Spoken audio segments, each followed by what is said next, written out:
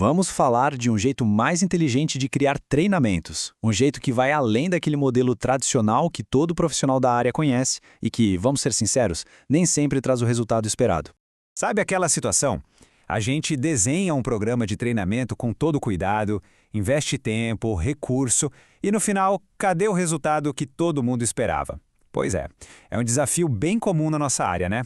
Bom, olha só o nosso roteiro de hoje. A gente vai começar falando desse desafio comum, depois apresentar uma perspectiva totalmente nova, aprender a mapear o trabalho como ele é de verdade, encontrar onde o calo aperta, ou seja, a dor, e transformar isso num produto de treinamento. E claro, no final, medir o que realmente importa. Então vamos lá, direto para o nosso primeiro ponto, o desafio. E para ilustrar, vamos usar um pedido clássico que todo mundo já deve ter recebido. Um treinamento de análise de dados. A primeira reação de muitos seria aplicar o bom e velho processo ADDI: análise, desenho, desenvolvimento, implementação e avaliação. E não tem nada de errado com ele, viu? A ADDI é uma base excelente. O problema é que muitas vezes ele não conta a história toda. Fica faltando uma peça no quebra-cabeça. E é para encontrar essa peça que a gente vai usar uma nova lente, uma nova perspectiva, a teoria dos jobs to be done. Em bom português, os trabalhos a serem feitos. O que é essa teoria, afinal? É bem simples, na verdade. A ideia é parar de focar só na pessoa ou no produto e começar a entender qual é o trabalho, a tarefa fundamental que aquela pessoa está de fato tentando realizar no dia a dia dela. Essa comparação aqui deixa tudo mais claro. A análise tradicional pergunta: que habilidades eles precisam aprender? Já a análise com jobs to be done pergunta: que trabalho, que tarefa eles estão tentando resolver? Parece sutil, mas olha, essa mudança de foco faz toda a diferença. Certo, mas como a gente aplica isso na prática? O primeiro passo é mapear o trabalho real. Ou seja, a gente vai quebrar essa tarefa em pedacinhos menores para entender como ela funciona de verdade. Para isso, a gente cria o que se chama de mapa de trabalho. E o mais importante, isso não é feito na base do achismo. É preciso observar o que as pessoas estão realmente fazendo. É ir lá, sentar do lado e ver a mão na massa. Para ficar fácil de entender, vamos pensar no exemplo do dia a dia, o trabalho de chegar a um lugar. O mapa dessa tarefa teria etapas, certo? Estimar a hora de sair, escolher o caminho, dirigir até lá, estacionar o carro e, por fim, andar até o destino. Cada um desses é um passo dentro do trabalho maior.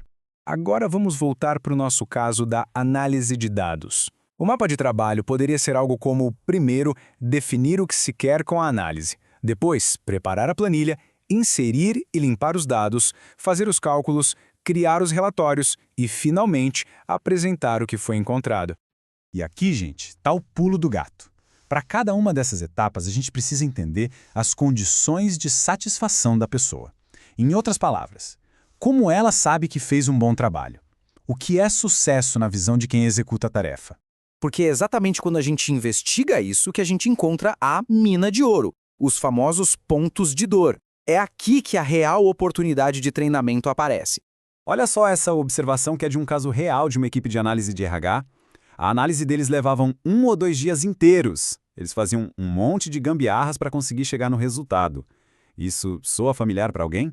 É um sinal de alerta gigante. Essas dificuldades, essas gambiarras, essa demora, isso tem nome. São os pontos de dor. Eles acontecem quando falta conhecimento ou as ferramentas certas para fazer uma etapa do trabalho de um jeito, de um jeito eficiente. No caso dessa equipe de RH, a dor era o tempo. E o objetivo do treinamento ficou super claro: reduzir o tempo da análise de 1 ou 2 dias para, no máximo, 1 ou 2 horas.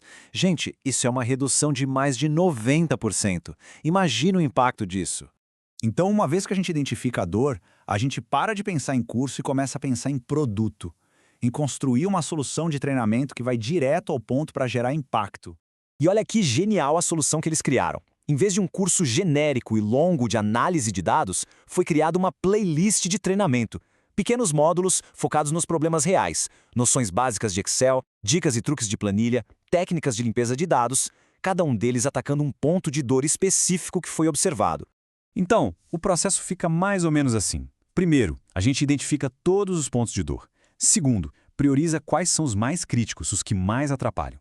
Terceiro, a gente desenvolve um roadmap de treinamento como se fosse um produto mesmo. E aí sim, em quarto lugar, a gente usa o ADD para construir esses módulos superdirecionados. E isso nos leva finalmente à parte que fecha todo esse ciclo: medir o sucesso de uma forma que realmente faça sentido para o negócio. A gente precisa abandonar a métrica antiga de taxa de conclusão de curso. Isso diz muito pouco. Com essa abordagem, a nossa nova métrica de sucesso é a redução mensurável nos pontos de dor. Ou seja, estamos medindo o impacto real no trabalho da pessoa e não se ela apenas assistiu às aulas. E esse gráfico aqui, nossa, ele diz tudo. O tempo para fazer a análise, que era em média de 12 horas, despencou para 1h30 depois do treinamento. É de cair o queixo. O impacto é visível, é quantificável. Isso não é só uma melhoria de processo, é tempo de trabalho que pode ser usado em coisas mais importantes. É valor na veia para a empresa. Para fechar, fica aqui uma provocação para a gente pensar. E se o treinamento de maior valor não for aquele que ensina uma habilidade nova e complexa, mas sim aquele que simplesmente remove uma dor antiga, uma pedra no sapato, permitindo que as pessoas finalmente façam o seu trabalho melhor e mais rápido?